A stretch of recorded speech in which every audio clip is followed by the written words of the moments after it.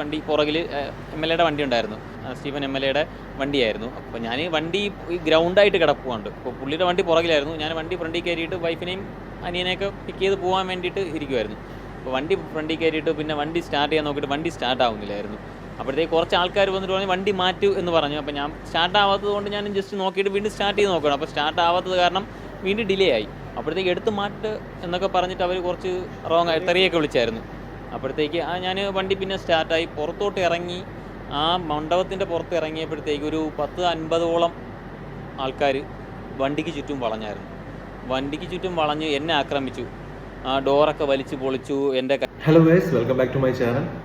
അപ്പം ഞാൻ ഇന്ന് മോർണിംഗ് ഒരു ന്യൂസ് കണ്ടിട്ടാണ് ഞാനൊരു വീഡിയോ ചെയ്യുന്നത്. കുറേ പേര് കണ്ടിട്ടുണ്ടാവും, കണ്ടു വരുന്നതേ ഉള്ളൂ, അറിഞ്ഞു വരുന്നതേ ഉള്ളൂ. രാത്രിയായിരുന്നു സംഭവം.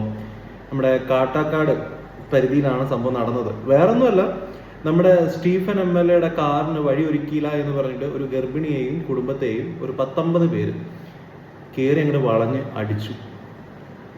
എന്താ അല്ലേ, ഒരു ഒരു ഗെറ്റപ്പ് ഫീൽ ചെയ്യുന്നില്ലേ? നമ്മുടെ ലൂസിഫർ സിനിമയിലെ ലാൽ സാറിന് സപ്പോർട്ടായിട്ട് വരുന്ന കുറേ പേരെ പാർട്ടിക്കാരെ പോലെ എനിക്ക് അങ്ങനെ ഫീൽ ചെയ്യും. നാണോ ഉണ്ടോ? ഞാൻ കാര്യമായിട്ട് വയ്ക്കുക. നിങ്ങൾ അറിഞ്ഞിട്ടാണോ അറിയാതെയാണോ എനിക്ക് അറിഞ്ഞൂടാ. ഈ പാർട്ടി അനുയായികൾ എന്ന് പറഞ്ഞ് നടക്കുന്ന കുറേ എണ്ണം ഉണ്ടല്ലോ, കുറേ ആൾക്കാരുണ്ടല്ലോ. നിങ്ങൾക്കൊന്നും വീട്ടിൽ ഈ ആൾക്കാരൊന്നുമില്ലേ? അച്ഛൻ, അമ്മ, ഭാര്യ, മക്കൾ ഇവരൊന്നുമില്ലേ? ഈ കയ്യും കാലും തിരിച്ച് അല്ലെങ്കിൽ ആ ഗർഭിണിയായ സ്ത്രീയുടെ മാല പിടിച്ച് പറിക്കുക എന്നൊക്കെ പറയുമ്പോൾ സിമ്പിളായിട്ട് ഫീൽ ചെയ്യുന്നുണ്ടോ നിങ്ങൾക്കൊക്കെ? എടോ, നിങ്ങൾക്കും ഇല്ലടോ ഈ മക്കളും ഭാര്യമാരൊക്കെ. ഇത് വേറെ ഏതാ പാർട്ടിക്കാരാണ്. നിങ്ങൾക്കാണ് ഈ ഗതികേട് വരുന്നത് വെച്ചാൽ നിങ്ങൾക്ക് ഇങ്ങനെ വരുമ്പോഴേ അറിയുള്ളൂ, ചെയ്യുമ്പോഴേ അറിയുള്ളൂ. മനസ്സിലായില്ലേ? വേറെ ഒരുത്തിന് വേണ്ടിയിട്ട് അയാൾ, എനിക്ക് തോന്നുന്നു സ്റ്റീഫൻ അറിഞ്ഞിട്ട് പോലും ഉണ്ടാവില്ല. അദ്ദേഹം കാറെടുത്ത് പോയിട്ടുണ്ടാവും മിക്കവാറും. ഇനി അദ്ദേഹം പറഞ്ഞിട്ടാണോ ചെയ്തതെന്നും അറിയില്ല.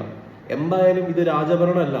ജനകീയ പാർട്ടി എന്ന് പറയുന്നത്, ജനകീയ മുന്നണി എന്ന് പറയുന്നത് എന്താണെങ്കിലും ജനങ്ങൾ വോട്ട് ചെയ്ത് നിങ്ങളെ മുന്നിൽ നിർത്തിയ ആൾക്കാരാണ്. MLA ആയിക്കോട്ടെ, മന്ത്രി ആയിക്കോട്ടെ. ജനങ്ങൾക്ക് വേണ്ടി സംസാരിക്കാനും ജനങ്ങൾക്ക് വേണ്ടി വർക്ക് ചെയ്യാനും വേണ്ടിയിട്ടാണ് നിങ്ങളുള്ളത്. ഞങ്ങളെപ്പോലെ പാവപ്പെട്ട ആൾക്കാർക്ക് വേണ്ടി നിൽക്കാൻ വേണ്ടിയിട്ടാണ് നിങ്ങളുള്ളത്. അല്ലാതെ പാവപ്പെട്ടവരെ കയറി ആക്രമിക്കാനും ഗുണ്ടാവിളയാട്ട് നടത്താനും അല്ല ഈ പൊസിഷൻ ഉള്ളത്. പോലീസിൽ പരാതി കൊടുത്തിട്ടുണ്ടെന്നാണ് പറഞ്ഞത്. ഇനി MLA ആണ്, മന്ത്രിയാണെന്ന് പറഞ്ഞിട്ട് ഇത് കേസ് എവിടം വരെ പോകുന്നുള്ളത് ദൈവത്തിന് മാത്രം അറിയാം.